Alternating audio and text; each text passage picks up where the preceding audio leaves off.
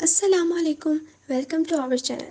آج ہم رمضان کے آخری عشرے اور اعتکاف کے بارے میں آپ کو بتائیں گے۔ رمضان کا پورا مہینہ برکتوں والا ہے، لیکن اس کے آخری عشرے کی خاص فضیلت ہے۔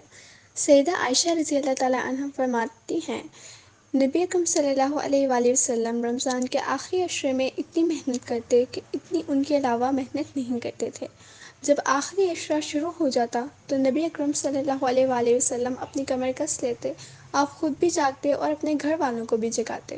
یہ وہ دن ہیں جن میں نزول قرآن کی رات لیلۃ القدر آتی ہے، اور یہ رات ایسی ہے جس کے بارے میں نبی اکرم صلی اللہ علیہ وآلہ وسلم نے فرمایا، جس نے لیلۃ القدر میں ثواب کی نیت سے قیام کیا، اس کے پچھلے سارے گناہ معاف کر دیے جائیں گے۔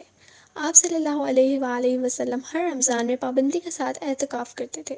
آخری عشرہ میں اعتکاف نبی اکرم صلی اللہ علیہ وآلہ وسلم کی ایک نفلی عبادت تھی۔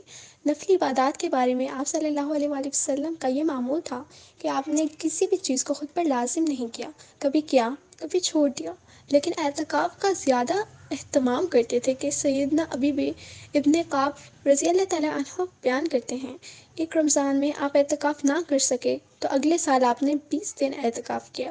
جب آخری عشرے کی آمد ہوتی تو آپ خود بھی بیدار رہتے اور اپنے گھر والوں کو بھی جگاتے تھے، تاکہ وہ بھی کثرت کے ساتھ اللہ تعالیٰ کی عبادت کریں۔ سیدنا عائشہ صدیقہ رضی اللہ تعالیٰ عنہا سے روایت ہے، رسول اللہ صلی اللہ علیہ وآلہ وسلم رمضان کے آخری عشرے میں جتنی کوشش کرتے تھے، اتنی اس کے علاوہ دوسرے دنوں میں نہیں کرتے تھے۔ سیدہ عائشہ رضی اللہ تعالیٰ عنہا سے روایت ہے کہ رسول اللہ صلی اللہ علیہ وآلہ وسلم رمضان کے آخری 10 دنوں میں اعتکاف کیا کرتے تھے، اور آپ صلی اللہ علیہ وآلہ وسلم فرماتے تھے، رمضان کے آخری عشرے میں لیلۃ القدر تلاش کرو۔ سیدہ عائشہ رضی اللہ تعالیٰ عنہا سے ایک اور روایت ہے کہ رسول اللہ صلی اللہ علیہ وآلہ وسلم نے فرمایا، تم لیلۃ القدر کو رمضان کے آخری عشرے کی طاق راتوں میں تلاش کرو۔ رمضان کے آخری عشرے کا اعتکاف نبی اکرم صلی اللہ علیہ وآلہ وسلم کی نفلی عبادت تھی۔ عبادت کی نیت کے ساتھ مسجد میں رکنا، عبادت کرنا، گناہ سے بچنا اور ضرورت کے بغیر اس جگہ سے نہ ہٹنا اعتکاف کہلاتا ہے۔ رب العزت نے فرمایا، اور ان سے مباشرت نہ کرو جو تم مسجد میں اعتکاف کرنے والے ہو۔ سیدنا ابو سعید خدری رضی اللہ تعالیٰ عنہ سے روایت ہے کہ نبی اکرم صلی اللہ علیہ وآلہ وسلم نے فرمایا، رمضان کے پہلے عشرے میں اعتکاف کیا، پھر دوسرے عشرے میں اعتکاف پر بیٹھے۔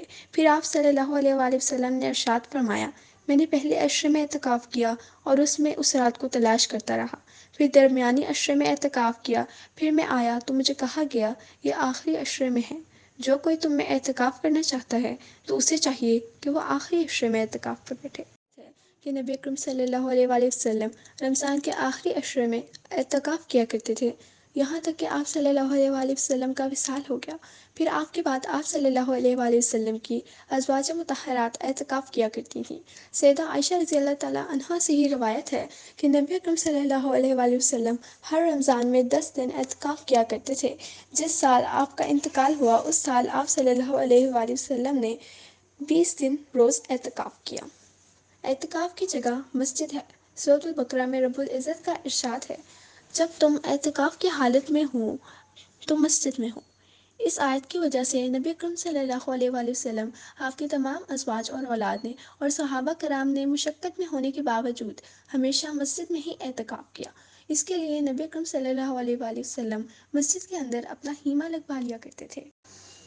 سیدہ عائشہ رضی اللہ تعالیٰ عنہا سے روایت ہے، فرماتی ہیں، نبی اکرم صلی اللہ علیہ وآلہ وسلم رمضان کے آخری عشرے میں اعتکاف فرماتے تھے، اور آپ صلی اللہ علیہ وآلہ وسلم فجر کی نماز پڑھ کر اعتکاف کے لیے اپنے خیمے میں داخل ہو جاتے تھے۔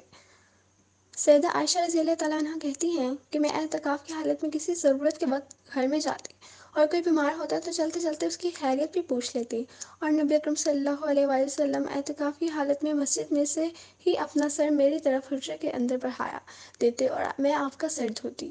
سیدہ عائشہ رضی اللہ تعالیٰ عنہا کہتی ہیں، اعتکاف کرنے والے کے لیے سنت یہ ہے کہ وہ کسی سخت ضرورت کے علاوہ کسی مریض کی عیادت نہ کرے، نہ جنازے میں جائے، نہ بیوی کو ہاتھ لگائے یا اس سے کوئی قربت ہونے دے، اور نہ ہی مسجد سے باہر نکلے۔